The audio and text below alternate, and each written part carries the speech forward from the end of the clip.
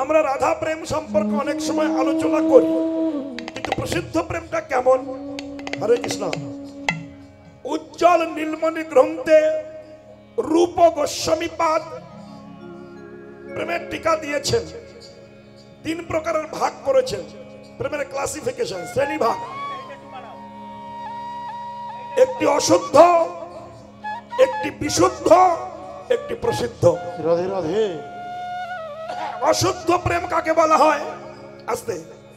যে প্রেমে ইন্দ্রিয় সুখ ছাড়া অন্য কোনো সুখ উপভোগ করা যায় না, তাকে বলা হয় অশুদ্ধ প্রেম।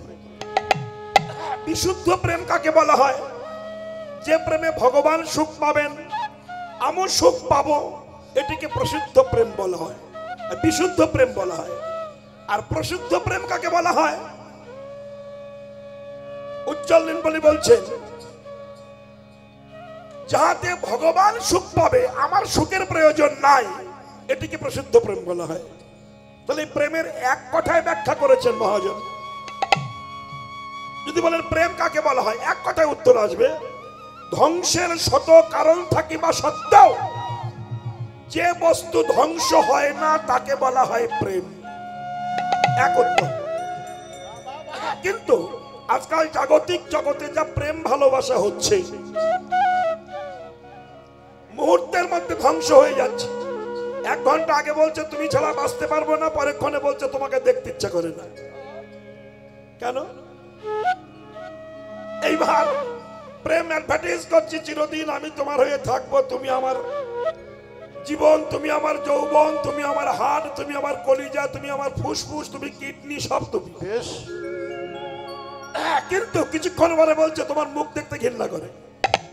কেন? মানে হলো এটি অশুদ্ধ প্রেম। এ বেশিক্ষণ থাকে না, কর্পূরের মতো উড়ে যায়।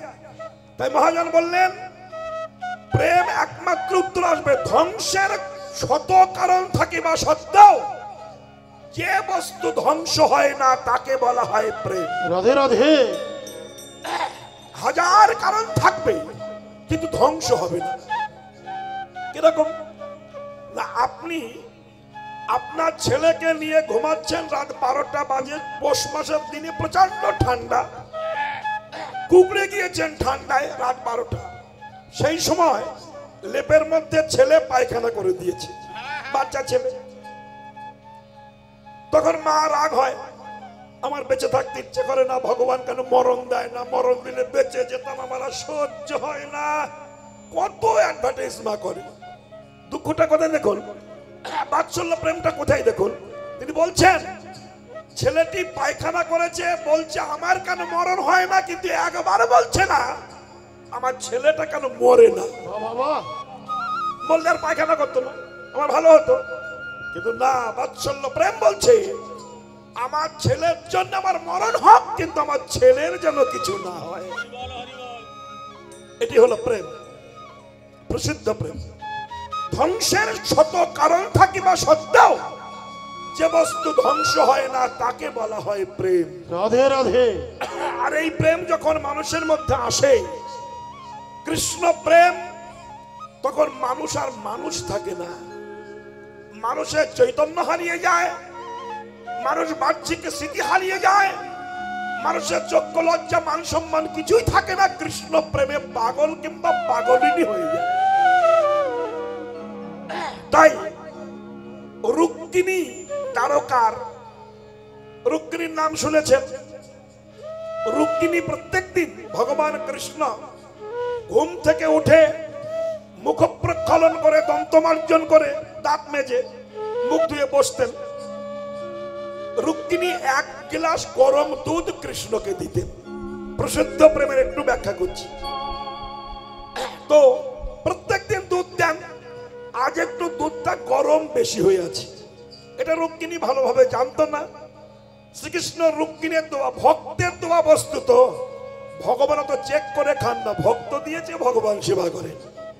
তাতে নুন হলো কি হলো না, হ্যাঁ তেল হলো কি হলো না, ওটা প্রয়োজন নাই। যেমন সনাতন গোস্বামী পাদ শাক রান্না করে দিয়েছে, লবণ দেয়নি। তো ভগবান মদন গোপাল বলছে, সনাতন রান্না করলি ভালো, একটা লবণ দিলি না, সনাতন বলছে, দেখো আমি গরিব মানুষ, আমার লবণ কিনবার পয়সা না, যদি লবণ খেতে ইচ্ছা করে বড় লোকে ঘরে যাও। না না না না, তুই সেবা বন্ধ করিস না, তুই যা দিবি তাই খাবো। তারপর তিনি সাগরে নদীতে বিরাট লবণের জাহাজ আটকে গিয়েছিল, ইতিহাস আছে অনেক। যাই হোক, একটা ভগবানের দেওয়া জিনিস, ভক্তের দেওয়া জিনিস ভগবান বিচার করেন না, খেয়ে নিয়েছে। আর যেই না গরম দুধটা মুখে দিয়েছে, আর কৃষ্ণের মুখটা পুড়ে গিয়েছে। আস্তে মায়ের আস্তে, যখন পুড়ে গেল, এবার পুড়ে গেলে তখন তো মলম ছিল না কাছে, যেই পুড়ে গেল তখন কৃষ্ণ এই জ্বালা থেকে নির্বাপিত হতে একটি মহামলম তার কাছে ছিল। সেটা কি? তিনি বলে উঠলেন, রাধে রাধে রাধে।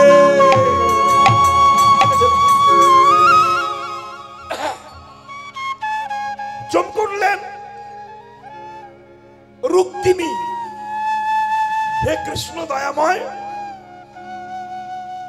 তুমি যে সর্বক্ষণ রাধা রাধা বলো, আমি রুক্মিণী, সত্যভামা, কালিন্দী, লক্ষণা, কত অপরূপা সুন্দরী মহিষী আছি, আমাদের কি তোমার ভালো লাগে না? তুমি রাধা রাধা বলে ওঠো, কি নাই যা রাধার মধ্যে আছে আমাদের মধ্যে নাই? অনেক বউ, অনেক মেয়ে নায়ক কিংবা স্বামীকে প্রশ্ন করে, কি নাই আমার মধ্যে যা তার মধ্যে আছে?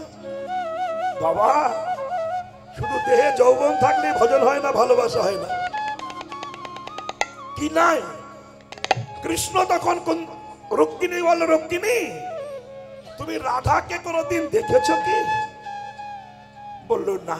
আগে তাকে দেখো, পরে বলো। রুক্মিণী ভাবলেন, গাল পুড়ে গেছে, তাও কৃষ্ণ রাধা রাধা বলে ওঠে, না জানি রাধাটা কে, আমার তাকে একটু দেখতে হবে, একটু দেখবো। তাহলে রাধার সঙ্গে কৃষ্ণ প্রেম করেছেন মাত্র 10 বছর পর্যন্ত, তারপরে প্রেম হয়। তাহলে কৃষ্ণ ছাড়া বয়সে যদি 3 বছরের ছোট হয় রাধারানী, তাহলে 7 বছর বয়স কৃষ্ণ রাধারানী, আর 10 বছর ছেলে কৃষ্ণ। এই 7 বছরের মেয়ে আর 10 বছরের ছেলের সঙ্গে প্রেম হলো। এইবার কৃষ্ণ চলে গেল, তারপরে রাধারানীর সঙ্গে কোনো মিলন হয়নি। তাহলে কি প্রেম? এই জাগতিক জগতে প্রেম নয়, কামের প্রেম নয়, আত্মেন্দ্রিয় সুখের প্রেম নয়।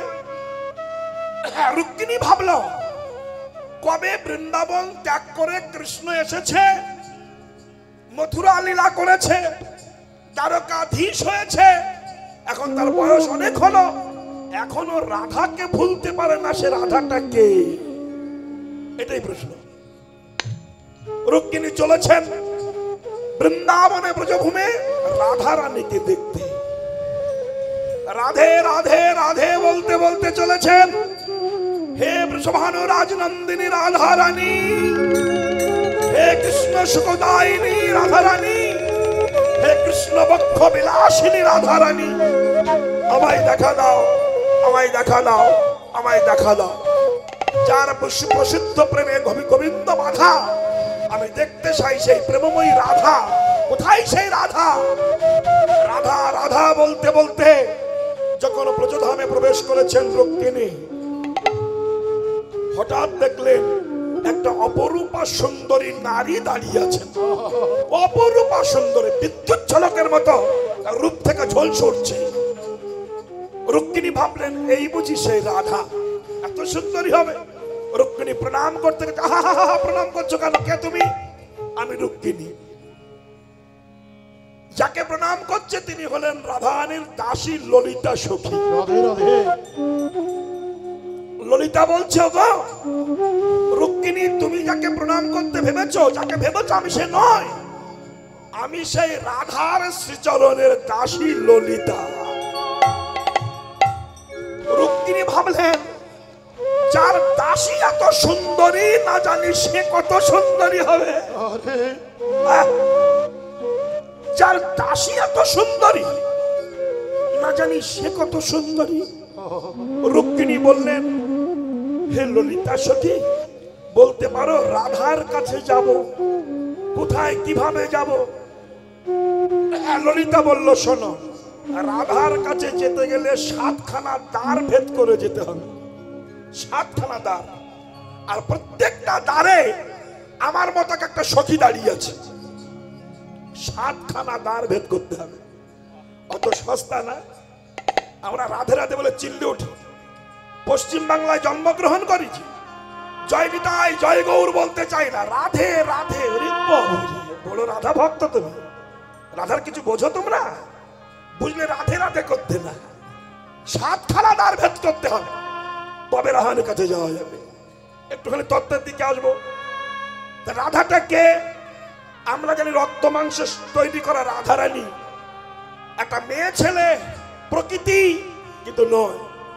বলছেন ওয়ারা ধয়ুতিসা রাধা, যিনি আরাধনা করেন তিনি রাধা। এই রাধার কাছে যেতে গেলে 7খানা দ্বার ভেদ করতে, কোথা থেকে আসতে হবে? এরা পিঙ্গলা শিশুর মার পথের নিচে একবার পদ্ম সরোবর, প্রেম সরোবর, এখান থেকে উঠে আসতে হবে। 21,600 বার শ্বাসকে কন্ট্রোল করতে হবে।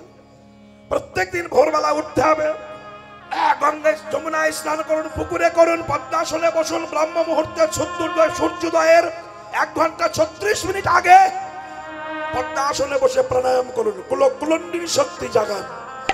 মণিপুর মূলাধার আজ্ঞা চক্র অনাহত স্বাধিষ্ঠানকে ভেদ করুন করে ইড়া পিঙ্গলা সুষুম্নার পথে এই পথ দিয়ে শ্বাস নিন, এই পথ দিয়ে ছাড়ুন।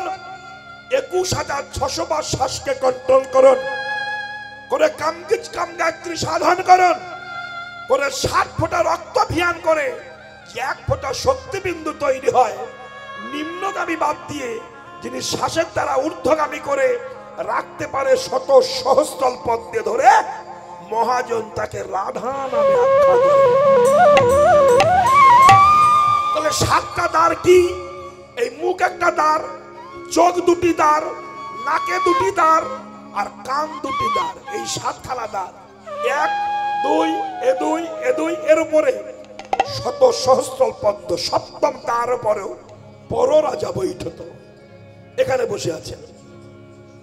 এবার ঊর্ধ্ব হইতে নিম্নগামী যার নাম ধারা, নিম্ন হইতে ঊর্ধ্বগামী তার নাম রাধা। ষড়ৈশ্বর্য 6টানে আছে অবস্থান, ঊর্ধ্ববিন্দ দিয়া তাহে কইল শক্তি দান, পুরুষ প্রকৃতি তাহে হইল আধা আধা, বিচারিয়া গর্গ মুনি নাম রাখিলেন রাধা।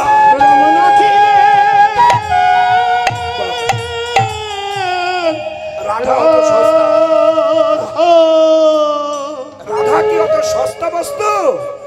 আমরা 2 দিন একটু বৃন্দাবনে ঘুরে আসলেই পশ্চিম বাংলার মানুষ জয় রাধে বলে ঠেলে উঠি। কেন জয় গৌর বলতে পারো না? জয় নিতাই বলতে পারো না? জয় নাথে উরে মন কাঁদে রে। হবে না। আগে আশ্রয় তত্ত্ব, বিষয় তত্ত্ব পরে। আশ্রয় তত্ত্ব করো, আগে নিতাইয়ের চরণ ধরো, গৌরের কাছে যাও, গৌরের চরণ ধরো, ব্রজধামে যাও, ব্রজধামে যে গোপীদের চরণ ধরো, বৃন্দাবনে প্রবেশ করো মদন কুঞ্জে, তারপরে রাধারানীর চরণ ধরো, তারপরে কৃষ্ণের চরণে যাও। অত সস্তা? অত সস্তা কি? রুক্মিণী ভাবলেন তাহলে আমি রাধাকে দেখতে যাব। রুক্মিণী চলেছেন, প্রথম দ্বারে ললিতা, দ্বিতীয় দ্বারে আরো সুন্দরী রমণী অষ্টসখী, তৃতীয় দ্বারে আরো সুন্দরী, মানে অসামঞ্জস্য রূপ মাধুর্য, কি অপরূপা সুন্দরী। এই অষ্টসখীর জন্ম হয়েছিল কোথার থেকে? শাস্ত্র বলে এক, বুঝতে হবে আর এক। আর একটা কথা আপনাদের বলি, হিন্দু ধর্ম বুঝতে গেলে 3খানা লাইন আছে, আধ্যাত্মিক, আদি ভৌতিক, আদি দৈবিক। বুঝতে পেরেছেন? যার যেমন মনের ভাবনা সে তেমনি ভাববে। আধ্যাত্মিক, আদি ভৌতিক, আদি দৈবিক। তা আধ্যাত্মিক চিন্তা ভাবনা আমাদের কম, বাইরের চিন্তা করি। তাহলে রাধাটাকে, এই যে রাধার অঙ্গ থেকে অষ্টসখীর বহির্প্রকাশ হয়েছিল। এইবার রাধারানী আছেন ঘরে বসে, রুক্মিণী এক এক করে 7খানা দ্বার ত্যাগ করে যখন রাধারানীর ঘরে গেছেন, দেখলেন একটা জীর্ণ কুঠিরে একেবারে জীর্ণ বসন পরা রাধারানী, অপরূপা সুন্দরী, দেহ থেকে বিদ্যুৎ ঝলকের মতো ঝলকে উঠছে, সমস্ত লোমকূপের গোড়া দিয়ে কৃষ্ণ নামের প্রতিধ্বনি হচ্ছে রাধার। রুক্মিণী যে দেখছেন কৃষ্ণ হারা রাধা রানী কৃষ্ণ বিচ্ছেদের যন্ত্রণা থেকে নির্বাপিত হওয়ার জন্য যমুনার মাটি দিয়ে একটা নকল কৃষ্ণ তৈরি করেছেন। কিন্তু নকল কৃষ্ণ তৈরি করে নাক, চোখ, মাথা, মুখ, বডি সব দিয়েছে, দুখানা চরণ বাকি রেখে দিয়েছে। কেন? রুক্মিণী প্রশ্ন করছে, যে রুক্মিণী প্রশ্ন করছো গো, তুমি কি সেই রাধা রানী? দেখছেন ছোট্ট একটা পুতুল কৃষ্ণ তৈরি করে তার গলায় মালা দিয়ে রাধা রানী হাউ হাউ করে কাঁদছেন আর চোখের জল ধরে গোবিন্দের মাথায় দিচ্ছেন। তুমি কি সেই রাধা? বুঝি না, এত অপরূপা সুন্দরী তুমি, তুমি কৃষ্ণ বলে কাঁদছো কেন? বলে কৃষ্ণ বলে কাঁদতে শেখো, তুমি সেই রাধা। কি সুন্দরী দেখতে, কি অপরূপা। বনফুলের মালা গেঁথে গোবিন্দের গলায় দিচ্ছেন। এবার একটু খেয়াল করুন, প্রেম কাকে বলে দেখুন। আজকাল ভালোবাসা প্রেম করলে তো মেয়েদের হাতে লম্বা লম্বা নখ থাকে, আমি দেখেছি এরকম লম্বা লম্বা নখ 10 হাতে থাকে। কেন? তোমার ছিঁড়িয়ে খাবো আমি। তখন তা ছিল না, অ্যাডভার্টাইজ, ছিঁড়ে খাবো তোমায়, সত্যি তাই খাচ্ছে তো। কিন্তু রাধা রানী যে ফুলগুলো তুলে কৃষ্ণের জন্য মালা গাচ্ছেন, ললিতাকে বলছে, ললিতা এই কুসুম মানে ফুলগুলো বড় শক্ত, সব ফুলের মালা হয়ে আমার কৃষ্ণ গলে দুলবে না। তবে আমি প্রত্যেকটা ফুল পরীক্ষা করব, যেটা কঠিন ফুল ফেলে দেব, যেটা নরম ফুল গোবিন্দের জন্য মালা গাঁথব। ললিতা বলবো বুঝবো কি করে? রাধা বলছে আমি চোখের পলকটা ধরবো তুই আঙুল দিয়ে, প্রত্যেকটা ফুল আমার চোখের মনির উপর দিয়ে টেনে নিয়ে যাবে। যে ফুলে আমার চোখের মনিতে ব্যথা লাগবে না সেটা রেখে দিবি আমার কৃষ্ণের গলার মালা হবে, আর যেটা ব্যথা লাগবে ফেলে দিবি, ওটা গোবিন্দ সেবায় লাগবে না। এইভাবে মালা গেঁথেছেন। রুক্মিণী তখন প্রশ্ন করছে, হে রাধে, হে ব্রহ্মময়ী, আমরা কৃষ্ণকে কাছে পাই, নিত্য সেবা দিই, কিন্তু তোমার মতো ভক্তি দিয়ে আমাদের সেবা দেওয়া হলো না রায়। হে রাধে, তোমার কাছে এসে ভুল ভেঙে গেল। আমাদের অভিমান ছিল আমরা কৃষ্ণ দাসী রুক্মিণী সত্যভামা। আমি তোমার কাছে নিবেদন করতে চাই, আমরা কৃষ্ণ দাসী হতে চাই না, পরজন্মে রাধা দাসী করে দিও, যেন রাধার দাসী হতে পারি। রাধা রানী হা কৃষ্ণ বলে চোখের জল দর বিগলিত ধারায় প্রবাহিত হচ্ছে। রাধা কাঁদছেন। হঠাৎ করে রুক্মিণী রাধার অঙ্গের দিকে তাকিয়ে দেখছে রাধার সর্বাঙ্গে ফুসকা পড়েছে, ফুসকা গোল গোল মতো পড়েছে, আগুনের তাপে ফুসকা পড়েছে। রুক্মিণী বলছে, রাধে এত অপূর্বা সুন্দরী তুমি, দেখতে তোমার এত ভালো, গায়ে ফুসকা পড়েছে কেন? রাধারানী বলছেন, রুক্মিণী ওই যে সকালবেলা তুমি গোবিন্দকে গরম দুধ খাইয়েছ না, তার মুখটা পুড়ে গিয়েছিল, তাই রাধা রাধা যাই বলেছে সেই তাপটা আমার অঙ্গে লেগে ফুসকা পড়ে গেছে। হরিবল হরিবল ভজন দেখেছে? এই দেখো সেই তাপটা আমার অঙ্গে পড়ে ফুসকা পড়ে গেছে। রুক্মিণী বলছে, সে হলো দ্বারকায়, তুমি বৃন্দাবনে, এটাও কি সম্ভব? রাধা বলছে, সবই সম্ভব যদি আমার কৃষ্ণকে কেউ হৃদয়ে বসাতে পারে। তাই গৌর হরি হরিবল হরিবল হরিবল। আমার কৃষ্ণকে যদি কেউ হৃদয়ে বসিয়ে সমস্ত সুখ দুঃখ ভালোবাসা বেদনা লাঞ্ছনা যাতনা যদি কৃষ্ণ চরণে অর্পণ করে দিয়ে বলে, কৃষ্ণ তোমার সুখে আমি সুখী, তোমার দুঃখে আমি দুঃখী, আমি সুখ চাই না, তোমাকে ভালোবেসে যেন দুঃখ আস্বাদন করতে পারি। তাতে যদি সমাজ আমাকে কলঙ্কিনী বলে বলুক, লোকে মন্দ, আমি তাতে না ডরাই। শুধু আমার একটি ভয়, যদি আমার গোবিন্দ হারায়। লোকে আমার মন্দ বলুক, আমি ভয় করি না, কিন্তু আমার একটা ভয়, যদি আমার গোবিন্দ হারিয়ে যায়। কৃষ্ণ বললেন, রাধে, তোমার অকৈতব প্রেম আস্বাদন করতে পারলাম না ব্রজভূমিতে আমি, তাই তোমার অঙ্গ কান্তি বাহিরে ধরে কৃষ্ণ অঙ্গ ভিতরে রেখে তোমার প্রেমকে গুরু তৈরি করে আমি নবদ্বীপে আবির্ভূত হয়ে হা রাধে বলে বৈষ্ণবের চরণ ধুলিতে গড়াগড়ি দেব। তাই করছেন মহাপ্রভু। এইদিকে তাকিয়ে বৈষ্ণব কবি লিখেছেন, যদি গৌরাঙ্গ না হতো কেমনে হয়তো, কেমনে ধরিতাম।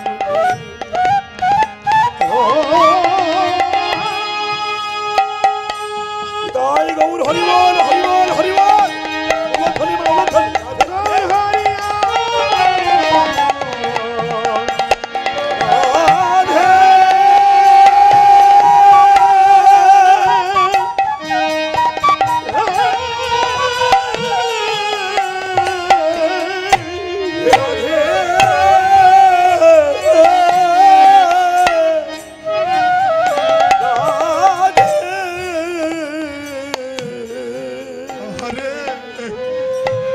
যদি গৌরাঙ্গ না হইতো কেমনে হইতো, কেমনে ধরতো রাধার মহিমা প্রেম রসসীমা।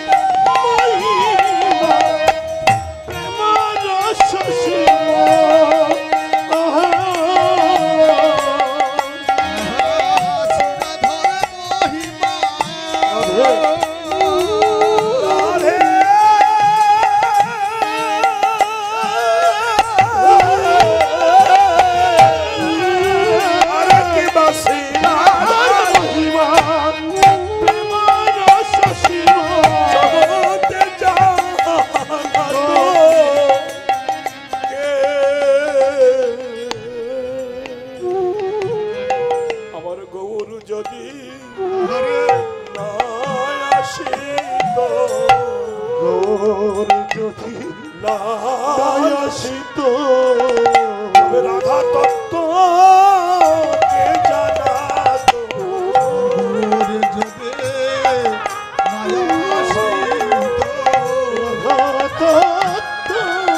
কে জানাতো আমার গৌরে সে লীলা রাধা তত্ত্ব কে জানাতো, বলো রাধা তত্ত্ব কে জানাতো,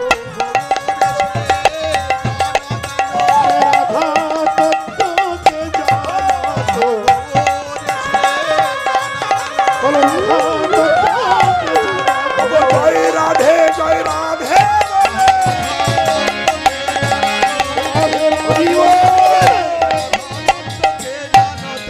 গৌর যদি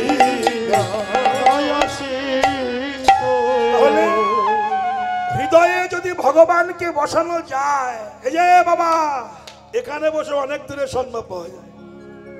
আপনার এখানে অনেক মানুষ দুপুরে মধ্যাহ্নে না খেয়ে দিয়ে বসে আছেন কেন? যদি নামের করুণা না থাকবে, আপনারা বলুন, আজকাল কলিকালের মানুষ এত ব্যস্ত, পায়খানায় যায় তা বলে আমাকে তাড়াতাড়ি দাও, প্রস্রাব করতে যায় আমাকে তাড়াতাড়ি করো, ডাক্তারখানায় যায় আমাকে তাড়াতাড়ি করো, বাস সব জায়গায় জলদি জলদি ভাব। সেই লোকগুলোকে 4 ঘন্টা বসিয়ে রাখতে হবে, না জানি নামে কি জাদু আছে গো, না খেয়ে বসে থাকো। কি আছে বলো? এত ব্যস্ত লোক, 4 ঘন্টা নয় সারাদিন কীর্তন হবে, বসে বসে শুনবে। রাধে রাধে। কি জাদু আছে? বলে ভগবানকে যদি হৃদয়ে বসানো যায়, ভগবান যেখানেই থাক তোমার বেদনা সে গ্রহণ করে। আপনারা জানেন আটলান্টিক মহাসাগরে, আমি ছোট্ট কাহিনী বলি আপনাদের কাছে। এই মহাসাগরে একটা জাহাজ ডুবে গিয়েছিল। রাত তখন 10টা, একটু মন দিয়ে শুনবেন। রাত 10টা বাজে, 1912 সাল। ভুল বলছি না? জাহাজটার নাম কি ছিল? টাইটানিক জাহাজ। হ্যাঁ হ্যাঁ। এই জাহাজটা ভীষণ মানে বরফের পাহাড় জলের তলায় ছিল। হিম শৈলে আঘাত খেয়ে, শৈল মানে পাহাড়, হিম মানে বরফ, পাহাড়ের ধাক্কা খেয়ে তলাটা ফেসে গিয়েছিল এই টাইটানিক জাহাজের। যখন ফেসে গেল, রাত তখন 10টা বাজে, ঘুটঘুটে অন্ধকার, আকাশে বিদ্যুৎ চমকাচ্ছে, খুব দুর্ঘট ঘন ঘটা। অনেক মানুষ জলে ভেসে গেল, অনেক মানুষ তলিয়ে গেল, জাহাজটা আস্তে আস্তে আস্তে ডুবে গেল। তৎকালীন দিনে বিশাল জাহাজ, টাইটানিক জাহাজ। আমি এগুলো বলি কেন জানেন? যারা ঈশ্বর বিশ্বাস করে না, যে তার নামে করুণা নাই, এইগুলো একটু করুণা আনার জন্য বলি। আজ নামে তো কলিকালের হিন্দুদের, বিশেষ করে হিন্দু জাতি, হরি নামে এদের এনার্জি কম, এনার্জি বেশি, নাম শুনতে চায় না। আবার কিছু কিছু চিটিং বাস কীর্তনিয়া জন্ম নিয়ে এমন এমন ব্যাখ্যা করছে যাতে কৃষ্ণ ভক্তি নষ্ট হয়ে যাচ্ছে। সে বোঝে না যে নামের কি মহিমা। যখন রাত 10টা বাজে, টাইটানিক জাহাজটা আস্তে আস্তে, বিশাল জাহাজ, ফুটবল খেলার মাঠ ছিল সেই জাহাজের মধ্যে, বল খেলা করা যেত, সব ডুবে গেল, ভেসে গেল। কিন্তু কর্নেল গ্রেসি, নাম হচ্ছে গ্রেসি, লিখে রাখুন, কর্নেল গ্রেসি জলে ঝাঁপ মেরে বললেন, হা কৃষ্ণ করুণা সিন্ধু দীনবন্ধু জগৎপতে গোপেশা গোপিকা কান্ত রাধা কান্ত নমস্তুতে। রাধে রাধে। কর্নেল ঝাঁপ মেরে বলল, নাম গ্রেসি, গ্রেসির স্ত্রী কৃষ্ণ ভক্তি প্রদায়িনী। এই জন্য স্ত্রী ভাগ্যে পুরুষ ধন্য হয়, স্ত্রী ভাগ্যে পুরুষ ধন্য হয়। তৎকালীন ছিল, এখন আর নাই, এখন তো সর্বনাশ। তাই যখন কর্নেল গ্রেসি জলে ঝাঁপ মেরে বললেন, হে প্রিয়তমা, মানে স্ত্রীকে বলছে, সাগরে বসে জলে সাঁতরাচ্ছে, হে প্রিয়তমা, আর মনে হয় তোমার সঙ্গে হতভাগার দেখা হবে না। আরে এই বুঝি শেষ দেখা, এই দেখা আমার শেষ। তুমি ভগবানকে জানাও, আমার যদি মৃত্যু হয়, আমার আত্মা যেন গোবিন্দ চরণ প্রাপ্তি হয়। ডেকেছে কোথায় কর্নেল গ্রেসি? সাগরে। শুনতে পেলেন তার স্ত্রী, স্ত্রী কৃষ্ণ ভক্তি প্রদায়িনী ঠাকুর ঘরে ঢুকে ভগবানের দুটি চরণ হৃদয়ে ধরে বললে, হে জগৎ স্বামী, আমার গৃহস্বামী বড় বিপদে পড়েছে গো, তোমার করুণার হস্তে স্পর্শ করে তোমার ভক্তকে তুমি রক্ষা করো। ও হে বিপদ ভঞ্জন মধুসূদন, তুমি তো জানো, আস্তে, কৃষ্ণ পাণ্ডব পক্ষে ছিল। দুঃশাসন যখন দ্রৌপদীর বস্ত্র হরণ করতে গিয়েছিল, দ্রৌপদী নারী জাতি তো ছুটতে ছুটতে আত্মসম্মান রাখার জন্য 100 ভাইয়ের মাজনি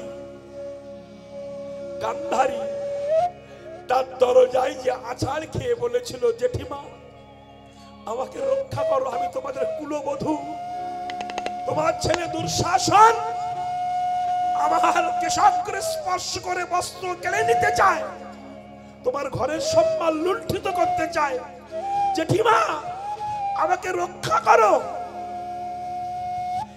100 ছেলে কৃষ্ণ বিদ্বেষী, যে মায়ের পেট দিয়ে জন্মিয়েছে সেই মাখানা কেমন হওয়া উচিত? মুখের উপরে দরজাটা বন্ধ করে দিয়ে ঘরের মধ্যে গান্ধারী হো হো হো করে হাসতে লাগলেন। দ্রৌপদী বলেছিল, মারে আজ তুই হেসে হাসিটা জমা রেখে দিলি, তোর 100 ছেলে যেদিন মরে যাবে ওই মৃত্যু মুখ যেদিন দেখতে যাবি, কাল মহাকাল তোর কাছে সেই অট্ট হাসিটা তোকে ফিরিয়ে দেবে। তখন কেউ নাই, কাপড়টা দুঃশাসন টানছে। যখন টানছেন দ্রৌপদী এক হাত দিয়ে হে কৃষ্ণ রক্ষা করো, তাও যখন রক্ষা করতে পারছে না সম্পূর্ণ বাহু তুলে বলল, হে ভক্তের ভগবান তুমি রক্ষা করো। যেই বলেছে ভক্তের ভগবান রক্ষা করো, বৈকুণ্ঠে ভগবানের পাশে লক্ষ্মী বসেছিলেন, লক্ষ্মীর কাপড়ে টান পড়েছে। হঠাৎ প্রভু আমার কাপড়ে টান পড়ছে কেন? বিষ্ণু ভগবান বললেন, লক্ষ্মী আমার ভক্ত বড় বিপদে পড়েছে। লক্ষ্মী বলল, যাও তুমি ওকে বস্ত্র দাও। ভগবান নিজে এসেই বললেন, দ্রৌপদী এই না, অলক্ষ্যে তুমি আমাকে দেখো, আর কেউ দেখবে না। লাখে লাখে বস্ত্র দিলে। কর্নেল গ্রেসির স্ত্রী বলল, সেদিন তুমি ভক্তকে রক্ষা করেছিলে, আর আজ আমার স্বামীকে তুমি রক্ষা করতে পারবে না। হে ভক্তের ভগবান, হে বিপদ ভঞ্জন মধুসূদন বলে চোখের জল ধরে তুলসীর পাতা নিয়ে যখন গোবিন্দ চরণে অর্পণ করল, একটা বিশাল কাঠের গুড়ি কর্নেল গ্রেসি দেখছেন, একটা কাঠের গুড়ি পাশ দিয়ে ভেসে যাচ্ছে। বলুন তো ওই সাগরে এই কাঠের গুড়িটা কে ফেলে দিল? সেই রাত্রে কাঠের গুড়িটা গ্রেসি ধরে বুক বাঁধিয়ে ধীরে ধীরে অতি ধীরে কুলে এসে উঠেছিল। কুলে উঠে গৃহে গিয়ে যখন বললেন, ওগো প্রিয়তমা আমি তো ভেসে যাচ্ছিলাম, মরে যাচ্ছিলাম, আমাকে কে যেন কাঠের গুড়িটা পাঠিয়ে দিল। গ্রেসির স্ত্রী বলল, কেউ পাঠায়নি, রাখে কৃষ্ণ মারে কে, আর মারে কৃষ্ণ রাখে কি? সেই তোমাকে পাঠিয়ে দিয়েছে। মহাজনস্য গতস্য পন্থা। মহাজন বললেন, ডাক যদি সঠিক হয়, ডাকের মধ্যে যদি অসভ্যতা না থাকে, স্বার্থপরতা না থাকে, ভগবান আসতে বাধ্য, বিন্দু মাত্র সন্দেহ। আমি আরো একটু নিদর্শন আপনাদের কাছে দেব। প্রশান্ত মহাসাগরে, এখান থেকে 50 বছর আগের কথা বলছি, আমি রাধাপদ ঘোষ নিজেই পড়েছি কাগজে, যুগান্তর আনন্দবাজার পত্রিকায়। প্রশান্ত মহাসাগরে এলিস নামে একখানা জাহাজ ডুবে গিয়েছিল। ভগবানের নাম যারা করে, ভগবানকে যারা ভালোবাসে, তারা জ্ঞানী মানুষ, যারা করে তারা মূর্খ। কেন? মুসলমানের ছেলে এপিজে আব্দুল কালাম, তিনি মহাবিজ্ঞানী ছিলেন। তিনি আনন্দবাজার পত্রিকা লিখেছেন, আমি গীতাও পড়ি, নামাজও পড়ি। তার মতো ব্যক্তি গীতা পড়ে। এপিজে আব্দুল কালাম লাইফে জীবনে কোনোদিন মাংস মাছ খায়নি, এত বড় ভক্ত ছিল, মুসলমানের ছিল। গীতাও পড়তেন, আবার নামাজও পড়তেন। তাহলে ইনার মতো ব্যক্তি ঈশ্বর বিশ্বাস করেন। আর আমাদের গ্রামে দুই একটা চিটিং বাজ করে তো না, আর যারা করে তাদের পিছনে অন্য কুকুরের মতো লেগে যায়, করতে দেয়ও না। এটি বড় মর্মান্তিক বেদনা। তাই এলিস নামে জাহাজটা যখন ডুবে গেল, জানেন সেই জাহাজের অনেক মানুষ, আপনারা অনেক এখানে যে বাবারা বসে আছেন শ্রদ্ধেয় নমস্য পড়েছেন আমার মতো, দেখেছেন অনেক মানুষ পড়ে গেল, মরে গেল। ওই জাহাজ একজন কৃষ্ণ ভক্ত ছিলেন।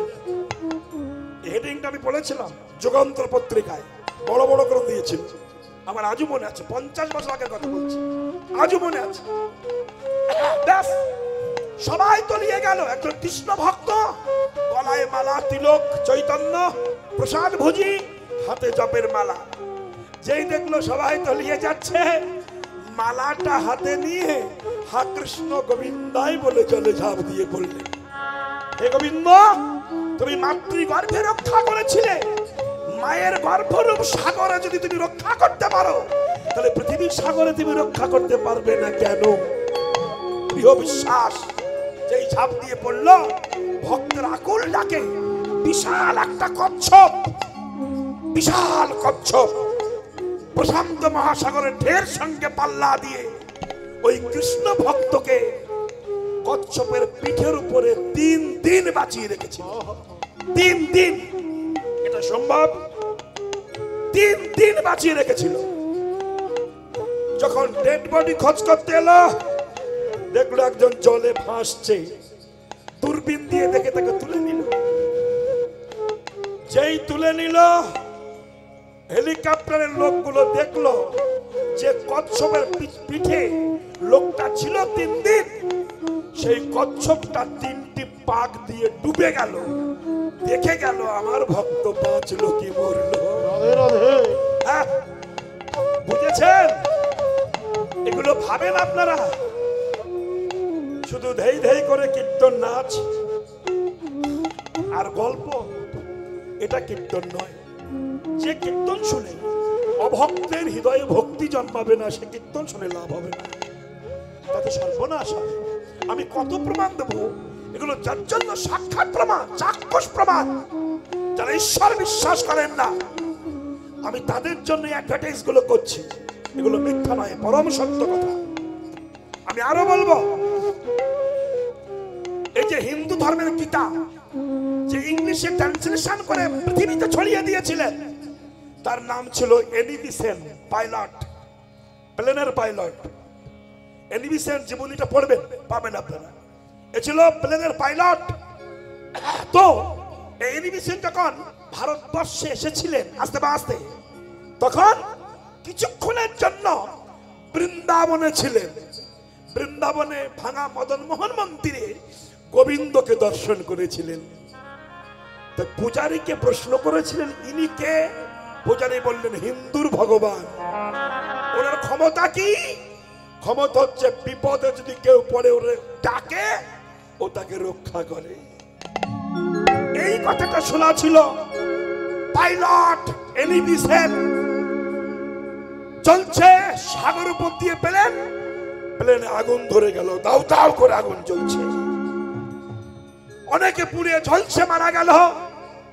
কিন্তু পাইলট এনিবি সেন কোন প্যারাশুট নাইনি, এমনি লাফিয়ে পড়লো। এ ভক্তের ভগবান, হে হিন্দুর দেবতা, তুমি নাকি ভক্ত বিপদে পড়লে ডাকলে তুমি রক্ষা করো।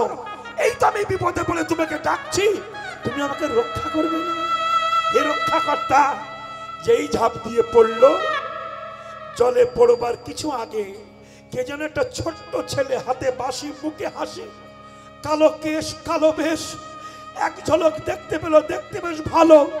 সে কোলে তুলে নিয়ে কুলে বসিয়ে দিয়ে কোথায় যেন চলে গেল। কোথায় যেন আরে কে যেন কোলে তুলে নিয়ে কুলে বসিয়ে দিল।